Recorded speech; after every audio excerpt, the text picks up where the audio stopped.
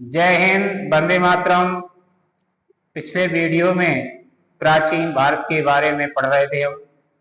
मैं Hariom sir, my net education academy से प्राचीन भारत के बारे में आज के वीडियो में पढ़ेंगे। तो आप सभी वीडियो शुरू होने से पहले कम से कम 10 मित्रों को वीडियो शेयर कर दें, क्योंकि आज का वीडियो बहुत ही महत्वपूर्ण होने वाला है।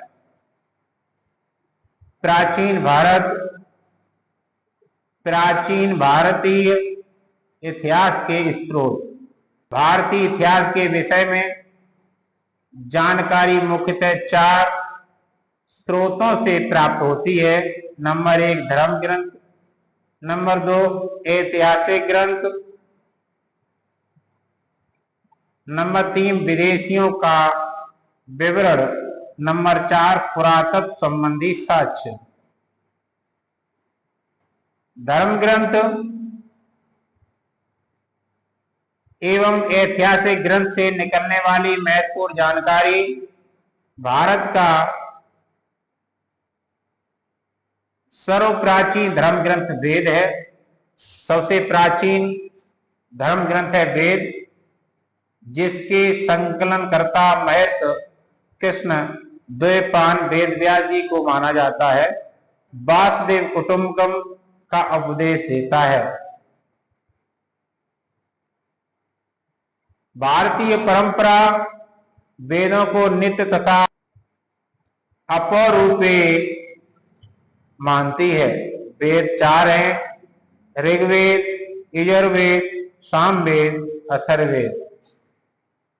तो आपने पढ़ा, वेद 4 होते हैं: ऋग्वेद, यजुर्वेद, सामवेद एवं अथर्ववेद। इन चारों वेदों को संहिता कहा जाता है। चारों वेदों को सम्मिलित रूप से क्या कहा जाता है? संहिता कहा जाता है। तो आइए देखते हैं ऋग्वेद के बारे में। पढ़ते हैं। ऋग्वेद ऋचाओं के क्रमबद्ध ज्ञान के संग्रह को ऋग्वेद कहा जाता है। इसमें 10 मंडल 1028 सूक्त है। तो ऋग्वेद में कितने मंडल हैं? 10 मंडल 1028 सूक्त हैं। बाल केल्य पाठ के 11 सूक्तों सहित एवं 10,462 ऋचाएं हैं। तो ऋग्वेद में ऋचाएं कितनी हैं? 10,462। इस वेद की ऋचाओं के पढ़ने वाले ऋषि को होत्र कहते हैं। होत्र कहते हैं। इस वेद से आर्य के राजनीतिक प्रणाली, इतिहास एवं ईश्वर की महिमा के बारे में जानकारी मिलती है। विश्वामित्र द्वारा रचित ऋग्वेद के 3रे मंडल में सूर्य देवता सावित्री को समर्पित प्रसिद्ध गायत्री मंत्र है। इसके 9वें मंडल में देवता सोम का उल्लेख है। इसके 8वें मंडल की हस्तलिखित ऋचाओं को खिल कहा जाता है। ऋग्वेद के 8वें मंडल की हस्तलिखित ऋचाओं को खिल कहा जाता है।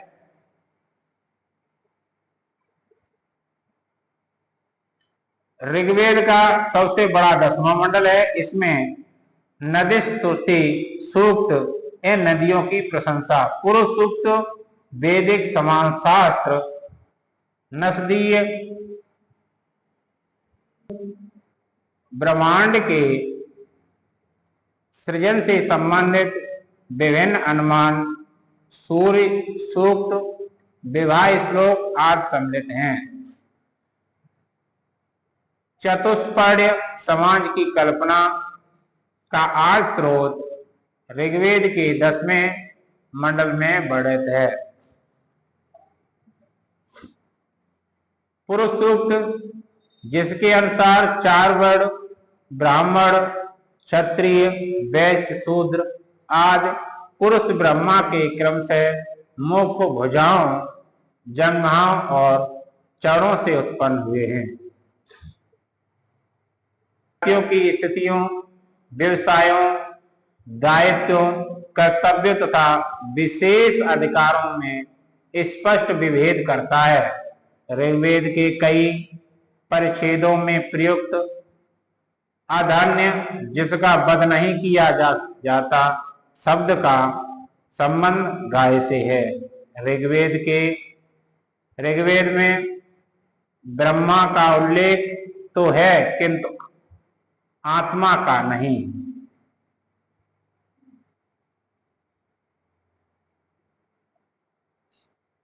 ईसा पूर्व एवं ईसवी। वर्तमान में प्रचलित कैलेंडर ईसाई कैलेंडर, जूलियन कैलेंडर ईसाई धर्मगुरु ईसा मसीह के जन्म वर्ष कल्पित पर आधारित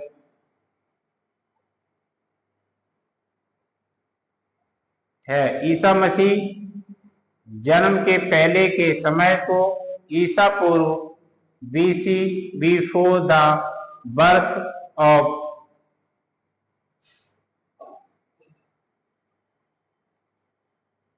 ईसा पूर्व में वर्षों की गिनती उल्टी दिशा में होती है। जैसे महात्मा बुद्ध का जन्म 563 ईसा पूर्व में एवं मृत्यु 483 ईसा पूर्व में हुआ, यानी ईसा मसीह के जन्म के 563 वर्ष पूर्व महात्मा बुद्ध का जन्म 483 वर्ष पूर्व मृत्यु हुई। ईसा मसीह की जन्म तिथि के से आरंभ हुआ सन ईसवी सन कहलाता है।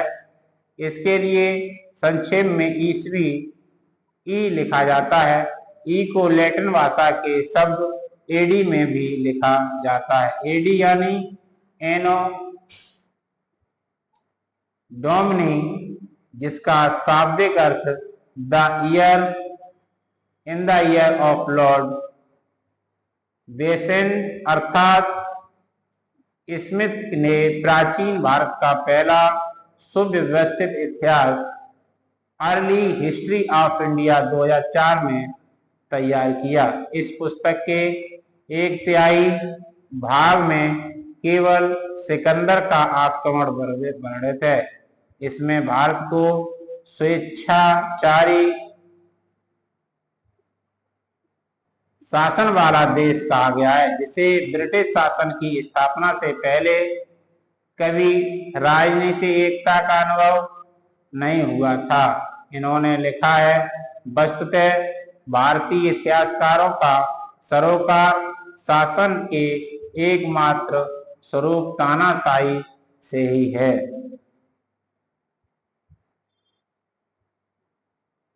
वामनावतार के 3 पगों के आख्यान का प्राचीनतम स्रोत ऋग्वेद में है।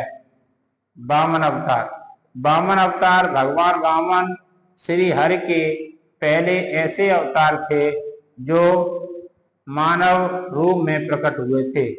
उनके पिता कश्यप ऋषि एवं माता अदिति थीं। वे बौने ब्राह्मण के रूप में जन्मे थे। भागवत पुराण के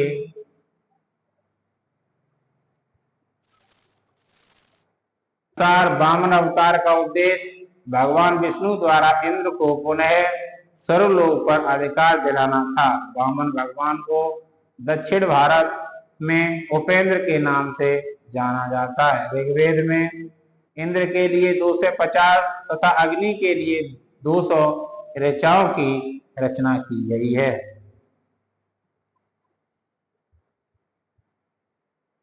नोट, प्राचीन इतिहास के साधन के रूप में वैदिक साहित्य में ऋग्वेद के बाद शतपथ ब्राह्मण का स्थान है। ऋग्वेद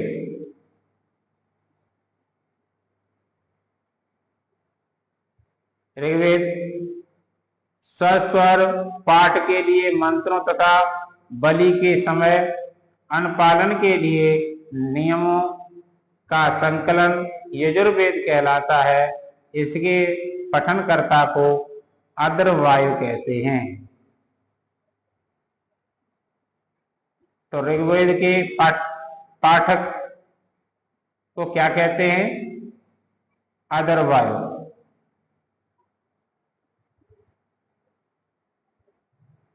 ऋग्वेद में यज्ञों के नियमों एवं विधि विधानों का संकलन मिलता है। इसमें बलिदान विधि का भी वर्णन है। यह एक ऐसा वेद है जो गद्य और पद दोनों में लिखा है।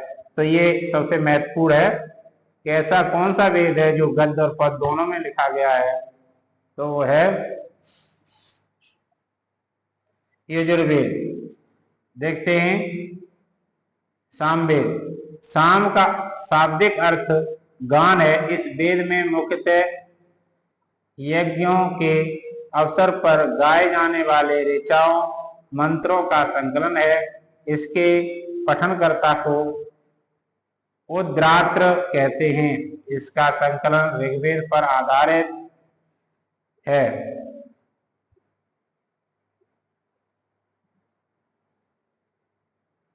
इसमें 1810 सूक्त है जो प्राय ऋग्वेद से लिए गए हैं। इसे भारतीय संगीत का जनक कहा जाता है। यजुर्वेद तथा सामवेद में किसी भी विशिष्ट ऐतिहासिक घटना का वर्णन नहीं मिलता है।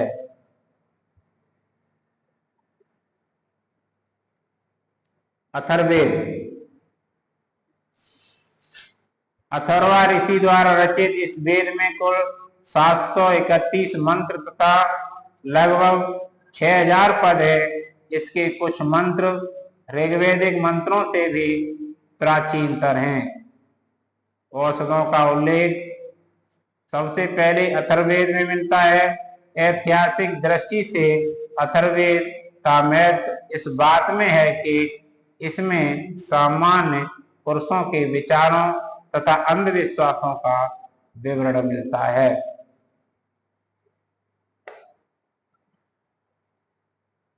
पृथ्वी सूक्त अथर्ववेद का प्रतिनिधि सूक्त माना जाता है। इसमें मानव जीवन के सभी पक्षों, ग्रहों निर्माण, कृषि की उन्नति, व्यापारिक मार्गों का गहन खोज, रोग निवारण, समन्वय, विवाह तथा प्रणय गीतों, राजभक्ति, राजा का चुनाव, बहुत से वनस्पतियों एवं औषधियों, साप, वशीकरण, प्रायश्चित, मातृभूमि, महात्मा आदि का विवरण दिया गया है। कुछ मंत्रों में जादू टोनों का भी वर्णन है।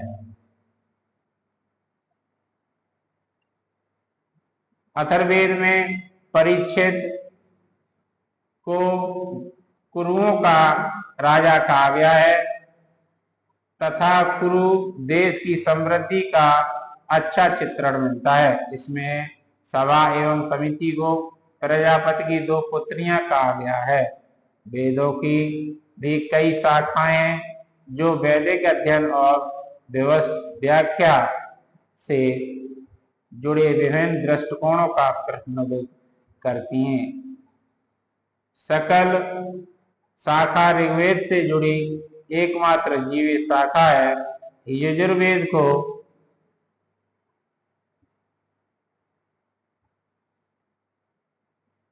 शुक्ल यजुर्वेद और कृष्ण यजुर्वेद 2 शाखाओं में बांटा गया है। मध्य दिन और कांडव शुक्ल यजुर्वेद तथा वाजस्नेय संहिता की शाखाएं हैं।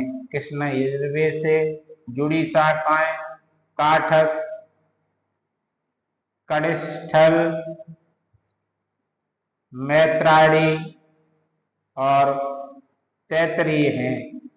कौथुम, राणायनीय एवं जैमिनी या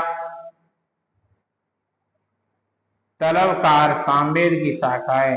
अथर्ववेद की शाखाएं शौनक और पेपलाद हैं।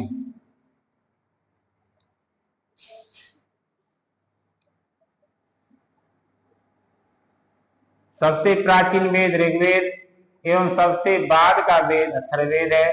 ब्राह्मण, आरण्यक तथा उपनिषद संहिता के पश्चात ब्राह्मणों, आरण्यकों तथा उपनिषदों का स्थान है।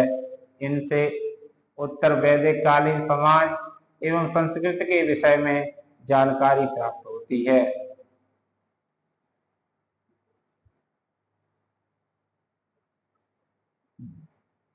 ब्राह्मण ग्रंथ वैदिक संहिताओं की व्याख्या करने के लिए गद्य में लिखे गए।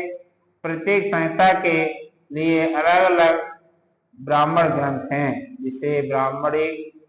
जिसे सारणी में दिया गया है। इन ब्राह्मण ग्रंथों से हमें परिच्छेद के बाद और बिंबसार के पूर्व की घटनाओं का ज्ञान प्राप्त होता है। तो वेद और ब्राह्मण ग्रंथ के बारे में पढ़ेंगे। ऋग्वेद, ऐतरेय, कौशितकी ब्राह्मण ग्रंथ है। यजुर्वेद, तैतरी और शतपथ सामवेद का, पंचविश अथर्ववेद का, गौपद। तो गौपद ब्राह्मण ग्रंथ किसका है? अथर्ववेद का। ये पृथ्वी परीक्षा में पूछा जाता है, ध्यान रखना है। बाद और बिंबसार के पूर्व घटनाओं का ज्ञान प्राप्त होता है। ऐतरेय में राजाभिषेक के नियम एवं कुछ प्राचीन राजाओं के नाम दिए गए हैं। शतपथ में गांधार, शल्य, केकई, पुरु, पांचाल, कौशल, विजय आदि राजाओं का उल्लेख मिलता है। वैदिक साहित्य में ऋग्वेद के बाद शतपथ ब्राह्मण का स्थान है। आरण्यक में यज्ञ से जुड़े कर्मकांडों की दार्शनिक और प्रतीकात्मक अभिव्यक्ति है।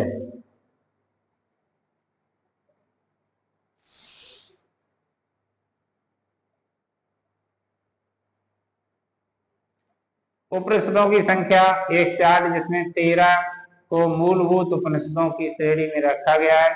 इसमें यज्ञ से जुड़े दार्शनिक विचार, शरीर, ब्रह्मांड, आत्मा तथा ब्रह्मा की व्याख्या की गई है। स्त्री की सर्वाधिक गिरी हुई स्थिति मैत्रेयी शाखा से प्राप्त होती है, जिससे जुआ और शराब की भांति स्त्री को पुरुष का तीसरा मुख्य दोष बताया गया है।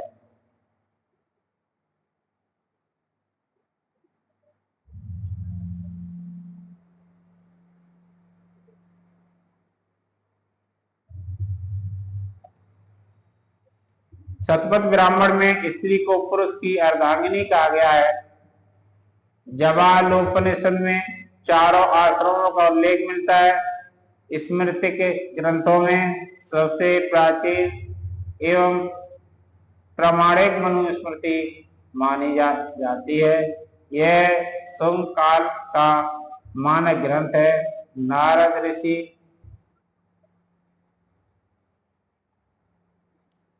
नारद स्मृति गुप्त युग के विषय में जानकारी प्रदान करना।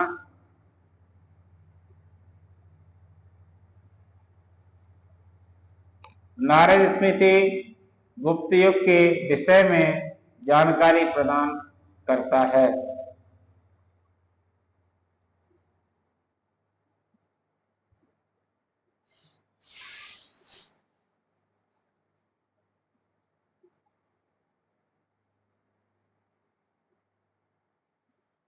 वेदों को भलीभांति समझने के लिए 6 वेदांतों की रचना की गई है। शिक्षा, शुद्ध उच्चारण शास्त्र, कल्प, कर्मकांडनी विधि, निरुक्त शब्दों की व्युत्पत्ति का शास्त्र, व्याख्याकरण, छंद व ज्योतिष। वैदिक साहित्य को अक्षुण्ण बनाए रखने के लिए सूत्र साहित्य,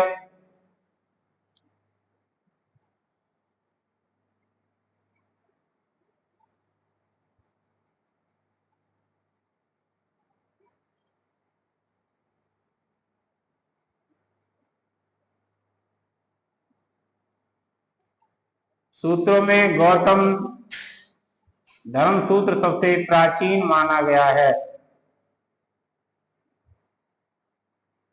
पुराण भारतीय ऐतिहासिक कथाओं का सबसे अच्छा क्रमबद्ध विवरण पुराणों में मिलता है। इसके रचयिता लोमर्स महात्मा लोमर्स अथवा इसके पुत्र उग्रश्रवा माने जाते हैं।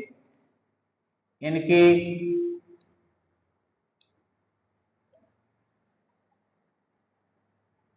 संख्या 18 है, जिसमें से केवल 5 मत्स्य, वाय, विष्णु, ब्राह्मण एवं भागवत पुराण में ही राजाओं की वंशावली पाई जाती है। पुराणों में मत्स्य पुराण सबसे प्राचीन प्रामाणिक है। अधिकतर पुराण सरल संस्कृत श्लोकों में लिखे गए हैं। स्त्रियां तथा शूद्र जिन्हें वेद पढ़ने की अनुमति नहीं थी, वे भी पुराण सुन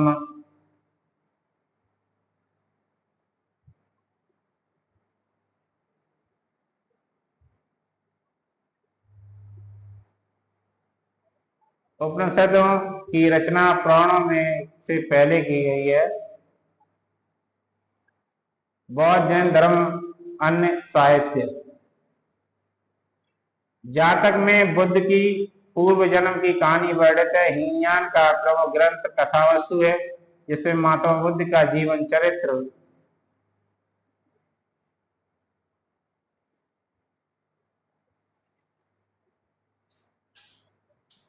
अनेक कथानकों के साथ वर्णित है। जैन साहित्य को अगम कहा जाता है। जैन धर्म का प्रारंभिक इतिहास कल्पसूत्र से ज्ञात होता है। जैन ग्रंथ भगवती सूत्र में महावीर के जीवन, कृत्यों तथा अन्य समकालिकों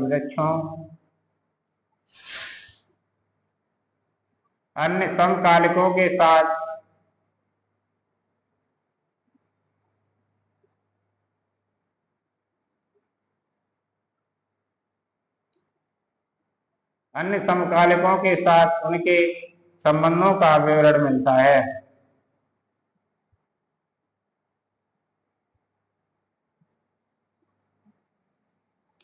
अर्थशास्त्र के लेखक चाणक्य कौटिल्य का विष्णुगुप्त है। अर्थशास्त्र के लेखक चाणक्य कौटिल्य या विष्णुगुप्त हैं। यह 15 अधिकरणों एवं 180 प्रकरणों में विभाजित हैं। इससे मौर्यकालीन इतिहास की जानकारी प्राप्त होती है।